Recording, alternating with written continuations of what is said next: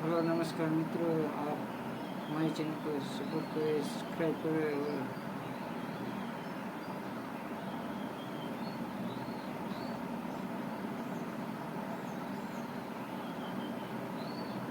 Launch के समय ये जो उड़ता सा जो मतलब मशीन सी उड़ती देख रहे हैं, ये वो रॉकेट है जो रॉकेट अपने साथ में ऊपर ओरियन नाम का एक कैप्सूल लेकर उड़ रही है। नील आर्मस्ट्रांग सुने थे ना कि सर अमेरिका वाले भेजे हुए थे चंद्रमा पर उतरने, वो चले गए थे 1969 में ही चले गए थे, तो फिर इसके बाद में अब क्यों भेजा जा रहा है?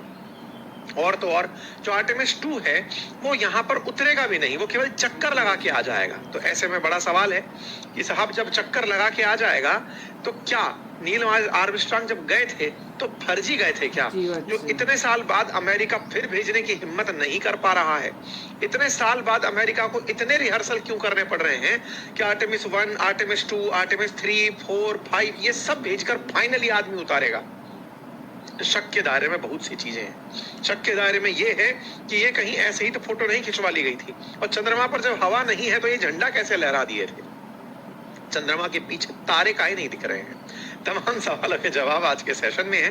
तो अब जब ये अंतरिक्ष यात्री नील आर्मस्ट्रांग यहाँ उतरे तो यहाँ पर ये झंडा कैसे खड़ा हुआ, लहरा कैसे रहा था, छाया कैसे बन रही थी, और चंद्रमा के पीछे की तरफ तारे दिख क्यों नहीं रहे थे? ये सवाल इसलिए पूछा जाता है क्योंकि जो अपोलो 11 है उसकी लैंडिंग को लेकर के कई बार कॉन्स्पिरेसी थ्योरी की गई है। कहा गया है कि नील आर्मस्ट्रांग कहीं और नहीं गए थे बल्कि एरिया 51 जो अमेरिका का काफी लंबे समय तक गुप्त स्थान रहा, वहां जाकर फोटो खिंचवा लिए थे। दुनिया को लगा कि अमेरिका काबिल हो गया है, तो आवश्यकता पूछी गई कि सब जरूरत क्या थी अमेरिका को झूठ बोलने की? तो बोले असल में अंतरिक्ष की दौड़ कोल्ड वॉर के समय पर सोवियत रूस ने शुरू कर दी थी। सोवियत रूस ने अपना पहला यात्री यूरी गागरिन अंतरिक्ष में भेज दिया था। अमेरिका इस बात से परेशान हो रहा था कि न्यूक्लियर बम मैंने बनाया, लेकिन तकनीकी में सोवियत रूस हमसे आगे निकल गया।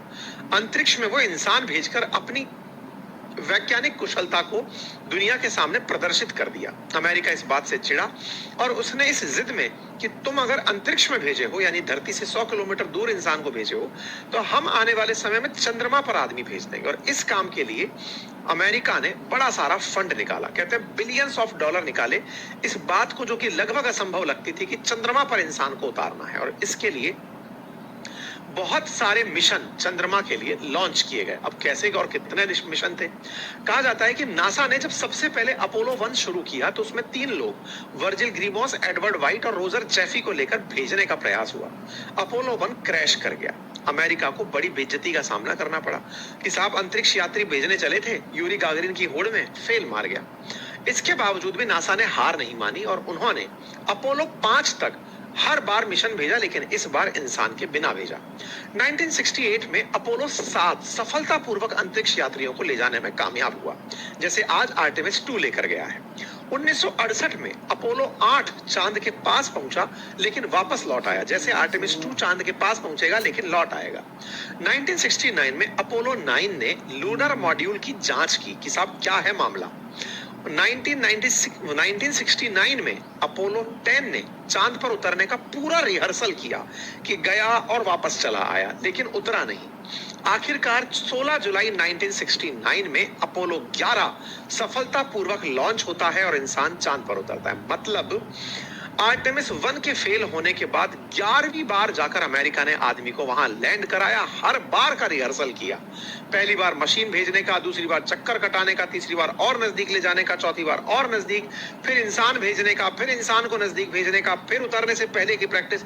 और इन सब में जैसे इस बार के मिशन में भी $4 बिलियन से अधिक, अगर मतलब बात की जाए तो लगभग 40,000 करोड़ के आसपास, रफली 35 से 40,000 करोड़ के आसपास इन्वेस्टमेंट या खर्चे की बात बताई जा रही है कि इतना पैसा इसमें खर्च हो सकता है। ऐसे में इतना बड़ा जब पैसा खर्च करने की स्थिति बन रही है तो बड़ा सवाल यह बनता है कि नासा इस सारे काम को पहले करके देख चुका है, फिर रुक क्यों गया? भाई आपने भेज दिया, उसके बाद क्या रुक गए थे? नहीं, पहले इंसान भेजा उसके बाद भी ये चालू रहे और इन्होंने लगातार यहाँ पर लोगों को भेजना जारी रखा। नासा के और भी मिशन गए और सफलतापूर्वक वहां पर इंसानों को उतारा गया। 1972 में जाकर इन्होंने फाइनली इसे रोक दिया।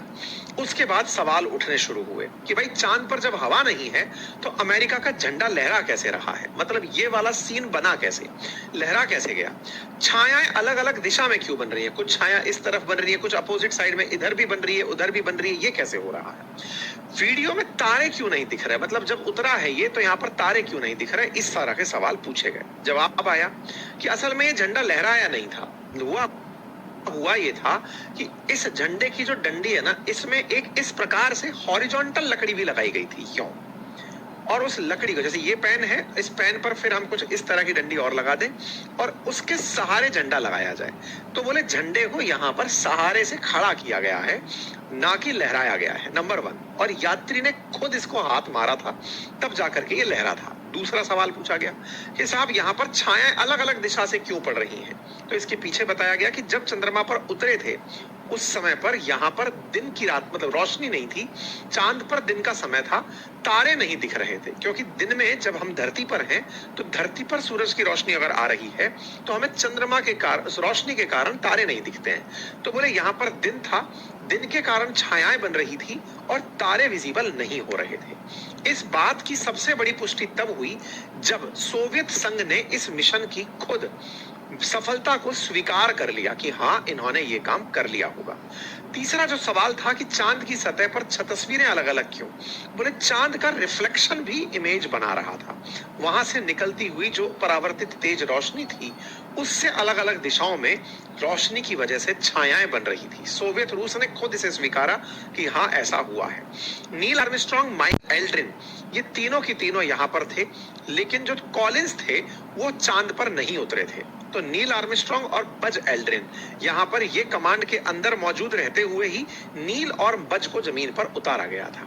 उम्मीद है कि आप लोगों को ये बात समझ में आई हो। फिर सवाल बड़ा बना, रुक क्यों गए, जाना चाहिए था। तो साहब रुक इसलिए गए क्योंकि सोवियत संघ को पछाड़ना उद्देश्य था, पछाड़ चुके, तो फिर जबरन इस पर पैसा क्यों खर्च किया जाए, क्योंकि अल्टीमेटली इससे इनकी कोई कमाई नहीं हो रही थी। अंतरिक्ष में सुप्रीमेसी दिखाने में कामयाब हो गए थे, लेकिन कमाई नहीं हो रही थी, तो इस मिशन को चलाने का फायदा नहीं हो रहा था। फिर सवाल बना, तो फिर अब क्यों जा रहे हो, अब कौन सी कोई ऐसी चीज आ गई। अब कारण यह है कि पहले यूरी गागरिन ने चैलेंज कर दिया था, इस बार चाइना ने चैलेंज कर दिया है। 2030 तक चाइना अंतरिक्ष पर पहुंचने, चंद्रमा पर पहुंचने का कह चुका है। तो अमेरिका को उससे पहले पहुंचकर दुनिया के सामने दिखाना है कि देखो मैं रुक करके बेस भी बना सकता हूं। तो बस आर्टेमिस 2 जो है, वीडियो पसंद आए तो लाइक करो, शेयर करो। Okay bye.